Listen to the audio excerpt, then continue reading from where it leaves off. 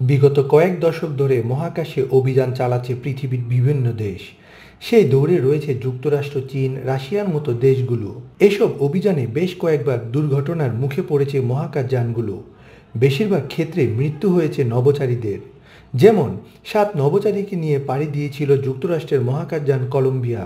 অভিযানের নাম ছিল STS-107। কিন্তু 15 দিনের মাথায় কাজ সেরে পৃথিবীতে ফেরার পথে 2003 সালের 16 জানুয়ারি মহাশূন্যে ধ্বংস হয় এই যান। মৃত্যু হয় 7 নভোচারীর। তাই নভোচারীদের পৃথিবীর বায়ুমণ্ডলের বাইরে অভিযানে পাঠানোর ক্ষেত্রে যে পদে পদে বিপদ রয়েছে তা বলাই বাহুল্য।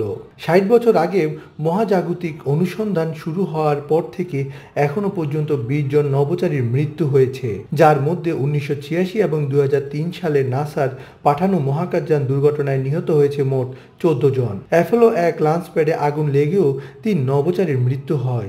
সেক্ষেত্রে যে প্রশ্ন বারবার উঠে আসে তা হলো, যদি কোনো নভোচারী মহাকাশে মারা যান তাহলে তার মৃতদেহের কী হবে? শেষকৃত্যই বা হবে কোন উপায়ে?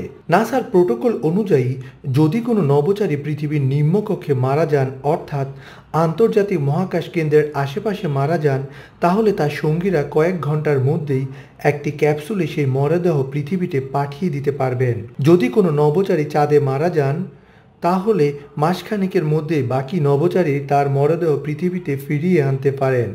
নাসার নিয়ম অনুযায়ী মরদেহ সংরক্ষণ নাসার প্রধান উদ্বেগ নয়, বরং বাকি নভোচারীরা নিরাপদে ফিরছেন কিনা সেই বিষয়টি অগ্রাধিকার পায় তাদের কাছে।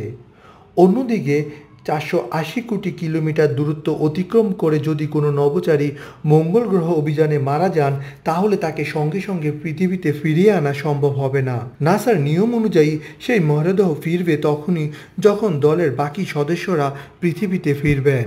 অর্থাৎ মরদেহ ফিরতে সময় লাগতে পারে বেশ কয়েক বছর। ততদিন পর্যন্ত মহাকাশে বিশেষভাবে সেই মরদেহ সংরক্ষিত করা যেতে পারে। মহাকাশযানের অভ্যন্তরে স্থির তাপমাত্রা এবং আর্দ্রতা মরদেহকে বহুদিন পর্যন্ত পচনের হাত থেকে রক্ষা করবে। এইসব নিয়ম তখনই প্রযোজ্য হবে যখন কোনো নভোচারী মহাকাশের মধ্যে স্বাভাবিক কারণে মারা যাবেন। উপযুক্ত স্পেস স্যুট না পরে মহাকাশে পা দিলে নভোচারী প্রায় সঙ্গে সঙ্গেই মারা যাবেন। মহাশূন্যে চাপ কমে যাওয়ার জন্য এবং অক্সিজেনের অনুপস্থিতির জন্য নভোচারীর পক্ষে শ্বাস নেওয়া অসম্ভব হয়ে যাবে। ফুটতে থাকবে রক্ত এবং শরীরের অন্যান্য তরল।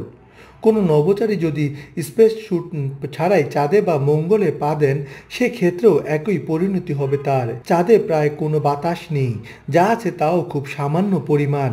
অন্যদিকে মঙ্গল গ্রহের বায়ুমণ্ডল খুবই পাতলা, প্রায় কোনো অক্সিজেন নেই। ফলে দুক্ষেত্রেই নিঃশ্বাস নিতে না পেরে এবং রক্ত ফুটে মৃত্যু হবে নভোচারীর। কিন্তু সেক্ষেত্রে ওই নভোচারীর শেষকৃত্য কিভাবে হবে? নাসার নিয়ম অনুযায়ী চাঁদ বা মঙ্গল পৃষ্ঠে কোনো নভোচারীর মৃত্যু হলে তাকে পোড়ানো বা কবর দেওয়া যাবে না। চাঁদ বা মঙ্গলে মরদেহ পোড়ানোর জন্য প্রচুর পরিমাণে শক্তি এবং জ্বালানির প্রয়োজন, কিন্তু নভোচারীদের কাছে সীমিত জ্বালানি থাকার কারণে তা সম্ভব নয়। আবার মরদেহ থাকা ব্যাকটেরিয়া বা অণুজীব চাঁদ বা মঙ্গলে মাটি নষ্ট করতে পারে ভেবে কবরও দেওয়া যাবে না। এর ফলে মৃত নভোচারী দলের বাকি সদস্যরা পৃথিবীতে ফিরে না আসা পর্যন্ত একটি বিশেষ ব্যাগে দেহটিকে সংরক্ষণ করা হবে।